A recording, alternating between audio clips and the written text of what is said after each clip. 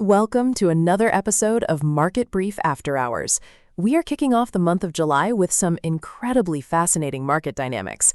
It looks like we are seeing a bit of a shift in where investors are putting their money. Tech is taking a breather, while some of the more traditional blue-chip names are getting a lot of attention. That is exactly what is happening. We are seeing a classic rotation play out. The Dow actually touched a fresh intraday record high today before cooling down, while the tech-heavy Nasdaq struggled as investors locked in some of their massive profits from the first half of the year.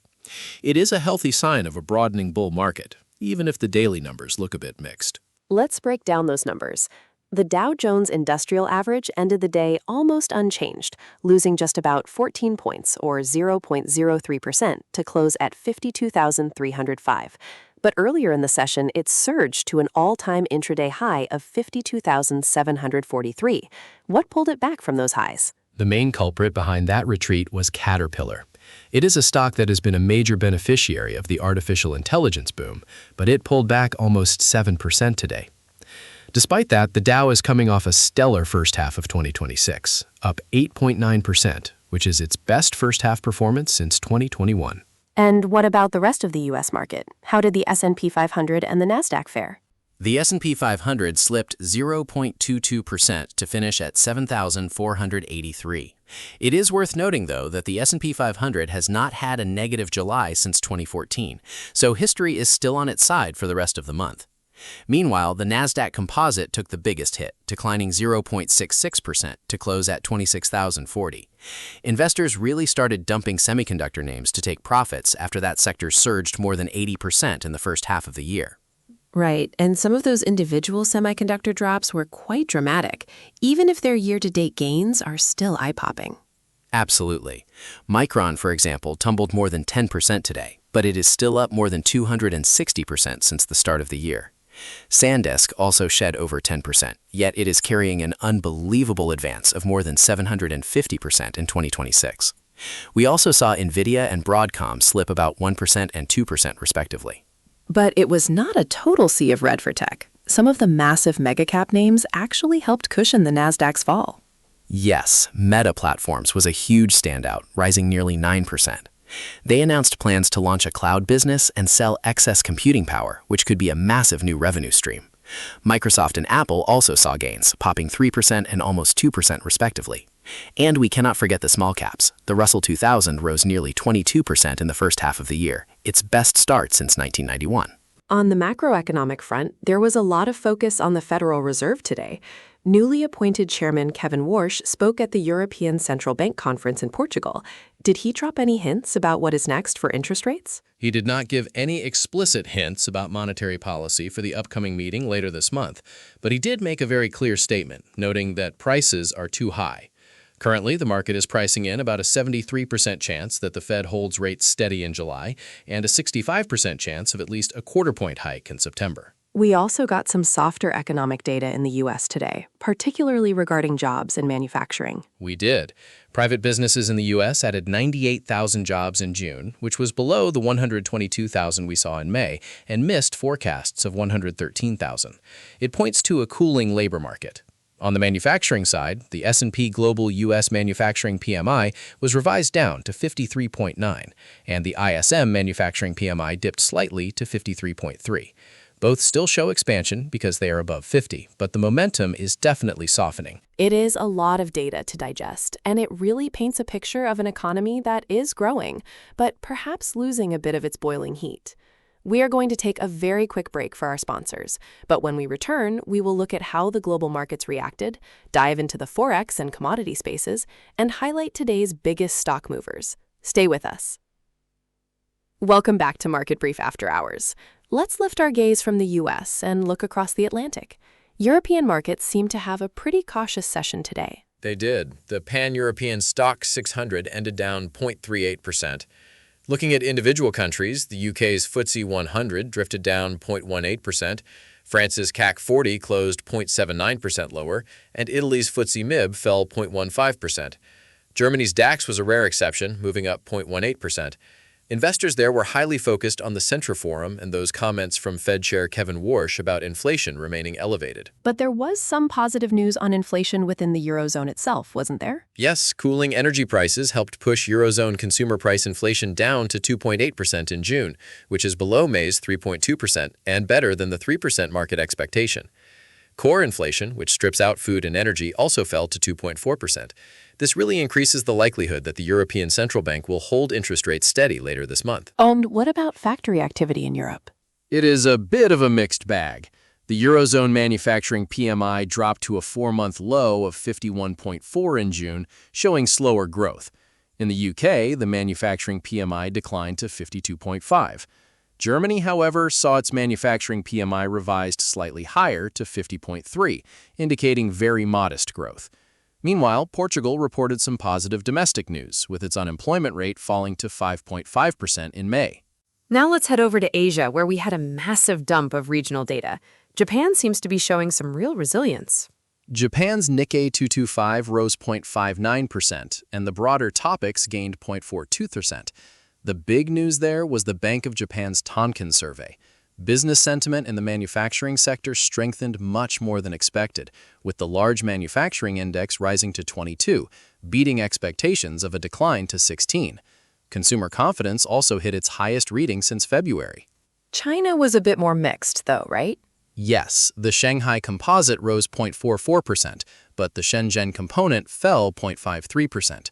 The rating dog China manufacturing PMI edged down slightly to 51.7. While factory expansion was the weakest since March, new orders did rise for a 13th consecutive month. South Korea and Australia also had some very interesting data and market moves. South Korea's Kospi 100 fell 2.58%, which is surprising when you look at their export data. Exports surged an incredible 70.9% year-on-year in June. However, their domestic factory activity expanded at a slower pace, and business optimism fell to its lowest level since late 2025 due to worries over raw material prices. Down in Australia, the S&P/ASX 200 fell 0.64%. The big story there was a company called Objective Corporation, which plunged over 34% after the Australian Department of Defence decided not to renew a major 25-year support contract. Wow, losing a 25-year contract is a massive blow. Let's pivot to the foreign exchange markets now. We are seeing some strong technical trends, especially with the euro. How is the euro-USD pair looking? The euro is under significant pressure. The euro-USD closed at 1.1379, down 0.38%. Technically, it is a very bearish picture. The pair is trading well below its key moving averages. The 50-day simple moving average is at 1.1600, the 100-day is at 1.1632, and the 200-day is at 1.1657. It is facing immediate resistance at 1.1423, and if it breaks below the recent low of 1.1362, we could see a lot more technical selling. And how is the British pound holding up against the dollar? GBP USD saw a minor corrective recovery, closing up 0.13% at 1.3278. But just like the euro, the broader trend is still decidedly bearish. It is trading below its 50-day average of 1.3415, its 100-day at 1.3416, and its 200-day at 1.3401. It needs to hold above 1.3219 to keep this short-term recovery alive. What about the Australian dollar? The AUD-USD pair drifted lower, closing down 0.36% at 0.6894. It is steadily approaching its 200-day moving average at 0.6861, which is a critical medium-term pivot. If it breaks below that, we could see a deeper slide toward the 0.6800 region. Let's talk about precious metals. Gold and silver both had highly volatile sessions, but managed to secure some gains. Gold closed up 0.70% at $4,035 after trading in a massive range between $39.60 and $41.16. There is a fierce battle going on between buyers and sellers, but the broader trend remains bearish as gold is deeply below its 50-day average of $44.39 and its 200-day average of $44.58. Silver also gained 1.10% to close at $59.15, but it remains well below its 50-day average of $72.08. And we saw some big moves in the energy market today as well, with oil prices taking a hit. Oil prices fell after comments from President Donald Trump indicating that U.S. talks with Iran in Qatar are going well. Brent crude fell 1.9% to close at $71.57 per barrel, following a massive 21% drop last month. U.S. West Texas Intermediate fell 1.3% to settle at $68.58.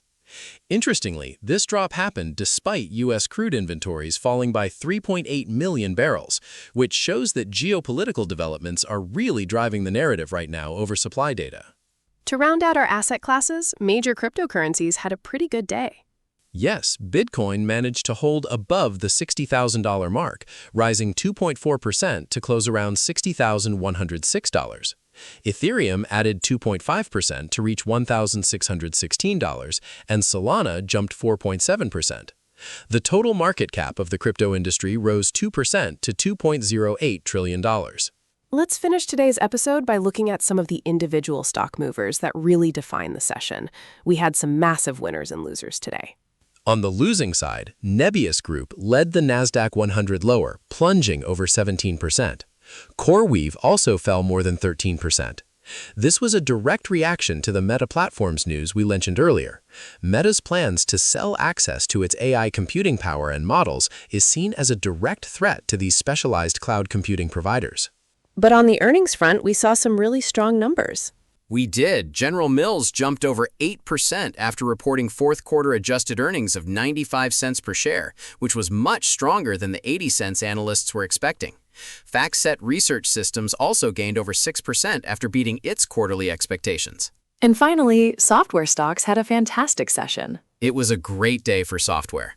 Palantir Technologies rallied over 7%, while Atlassian, ServiceNow, and Workday all closed up more than 6%. It shows that while hardware and chip makers are seeing some profit-taking, investors are still very eager to put money into software infrastructure. That is all we have time for today. If you find this useful, please follow Market Brief after hours.